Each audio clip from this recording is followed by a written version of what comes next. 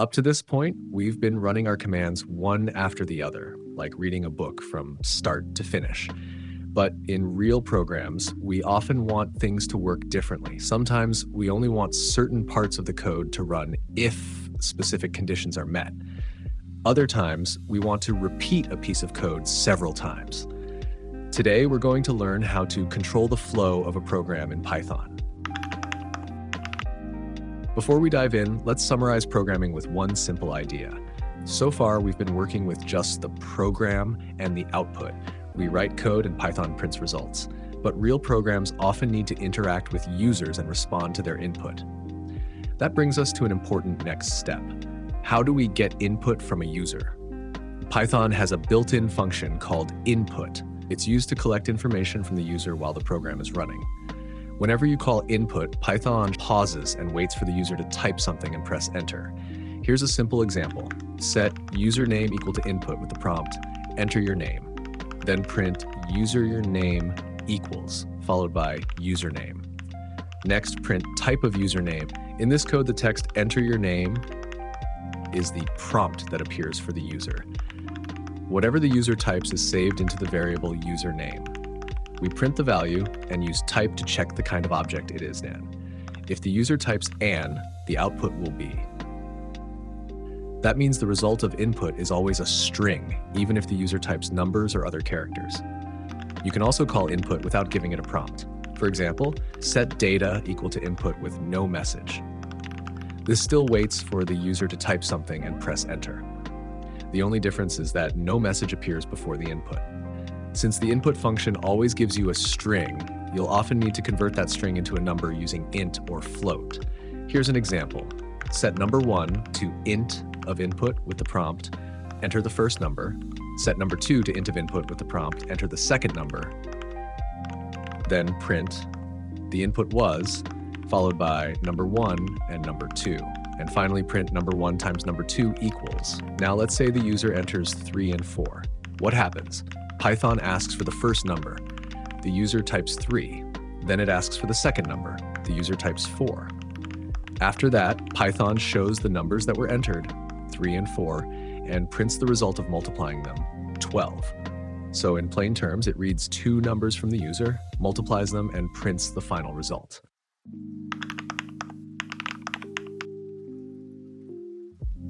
Before we write our very first if statement in Python, let's build a clear mental model of what conditionals actually do.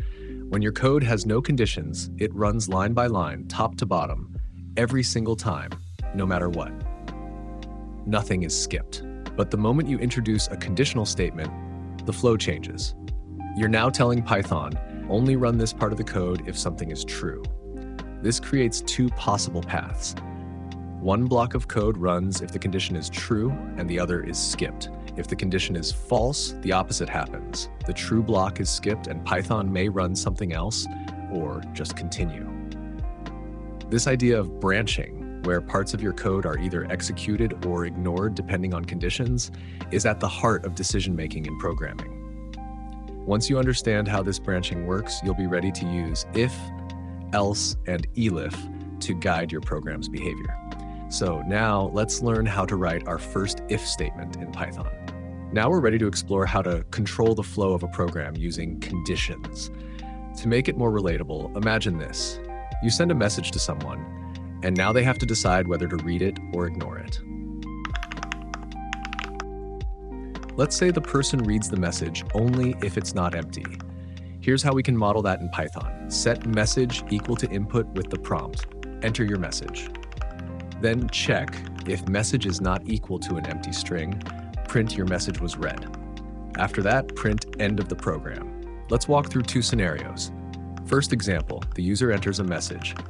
They type something like, I always wanted to say you something. Python checks the condition, is the message not empty? That's true, so it prints your message was read. Then it finishes by printing end of the program. So the output sounds like, first, the message is read. Then, the program ends. Second example, the user presses enter without typing anything. The message is an empty string. This time the condition is false, so Python skips the message reading step. It goes straight to printing. End of the program. So the output is just end of the program. This shows how Python can run different code depending on the input, and how indentation is used to control what belongs inside the if block. In Python, indentation is how you define which lines of code belong to the same block, such as the body of an if statement. Unlike many other languages that use curly braces or keywords like begin and end, Python uses spaces or tabs to group related lines.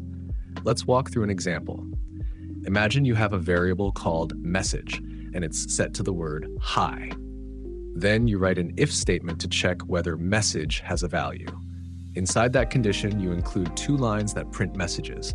One says message received, and the other says processing message. Because these two lines are indented, Python knows they belong to the if block.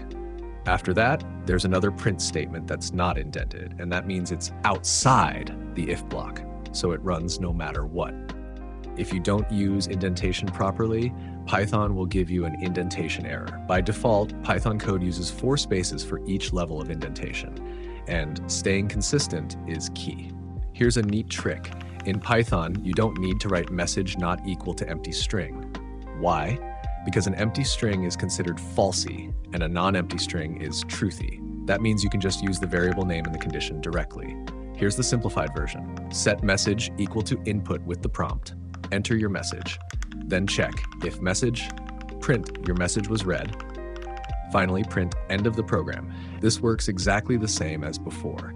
If the user types something, Python sees that as true and prints that the message was read. If the user presses enter without typing anything, Python sees that as false and skips the message reading line. Same behavior, but the code is shorter, cleaner, and more Pythonic.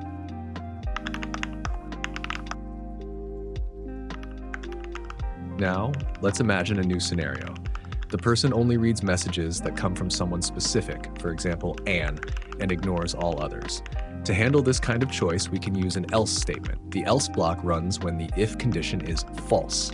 Here's how it works. Set name equal to input with the prompt, enter your name. Set message equal to input with the prompt, enter your message. Then check. If there's a message and the name is equal to Anne, print your message was read. Otherwise, in the else block, print message was ignored. And finally, print end of the program. Let's go through 2 different inputs to see what happens. First example, name is Anne. The user types Anne as the name and enters a message like, I always wanted to say you something.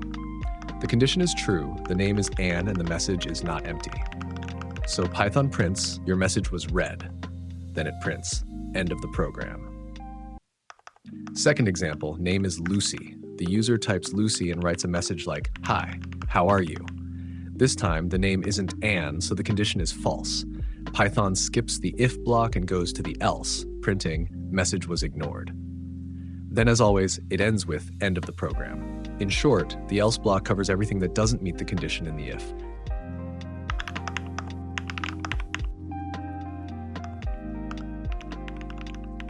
Now let's handle a more detailed situation with 3 different outcomes. If the message is from Anne, the person reads it and replies. If it's from Lucy, the message is ignored. For anyone else, the message is read silently with no reply.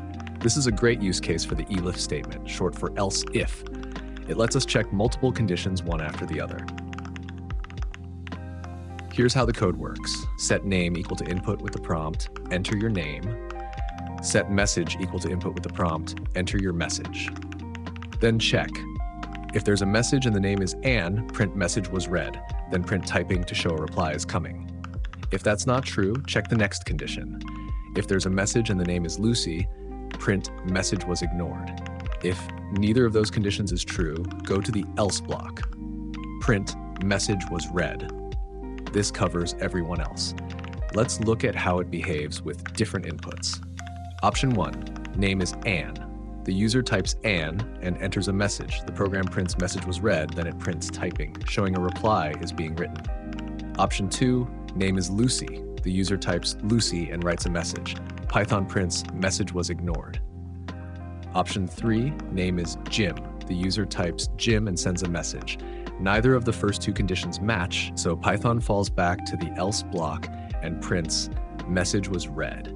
You can use as many elif blocks as you need to check for specific cases before falling back to the final else.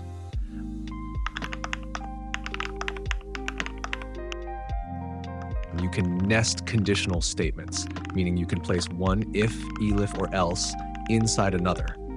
This is useful when you need to check conditions that depend on earlier decisions. Let's look at a real-world example. You receive a message. First, check if it's from Anne. If it is, then look at the message type. If it's a text message, it's read. If it's an audio message, it's ignored. Here's how that works, step by step. If name is equal to Anne, Python goes one level deeper and checks the type of message. If MSG type is text, message was read.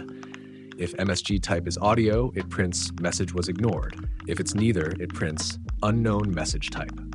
This nested structure means that the program only checks the message type if the sender is Anne. If the message is from someone else, none of the inner checks are performed. Try it with different input. Name is Anne, message type is text. The user enters Anne as the name, a message like hello, and selects text as the type. Since the message is from Anne and it's a text message, Python prints message was read. Option 2, name is Anne, message type is audio. The user enters Anne, a message like hello, and chooses audio. This time the message is from Anne, but it's an audio message, so Python prints message was ignored. A quick note on nesting.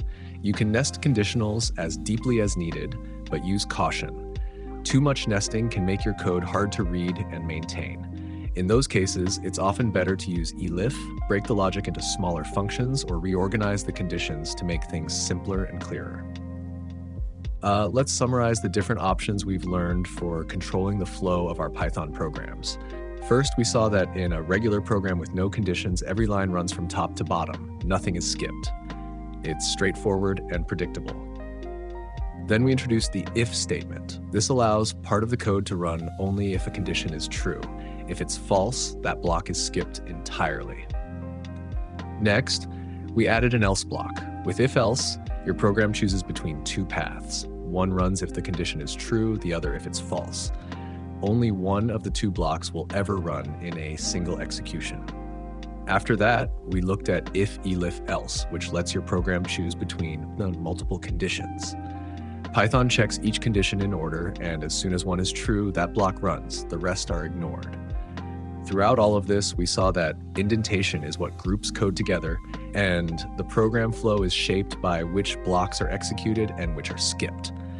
Understanding these structures is essential.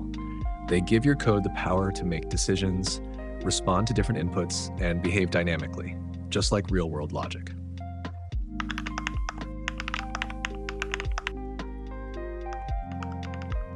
Python also gives us a more concise way to write simple if-else logic. It's called the ternary conditional operator. This lets you make a decision using just one line of code. The syntax looks like this. In this expression, Python checks the condition. If it's true, it picks the first value. If it's false, it picks the second one.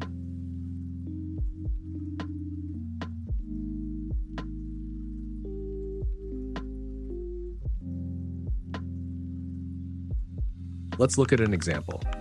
We want to find the maximum of two numbers. Set A to 10, set B to 20. Then set max value equal to A if A is greater than B, otherwise B. Then print max value. In this case, 20 is greater than 10, so Python assigns B to max value and prints 20. So the output is the number 20 because it's the larger of the two. This ternary if-else is a great way to write quick decisions in line, especially when you just want to assign a value based on a condition without using a full multi-line if-else block. That's it for today. Thanks for watching. Don't forget to subscribe and hit the bell icon so you don't miss the next lesson. And if you'd like to support the channel, there's a Buy Me a Coffee link in the description. Totally optional, but always appreciated.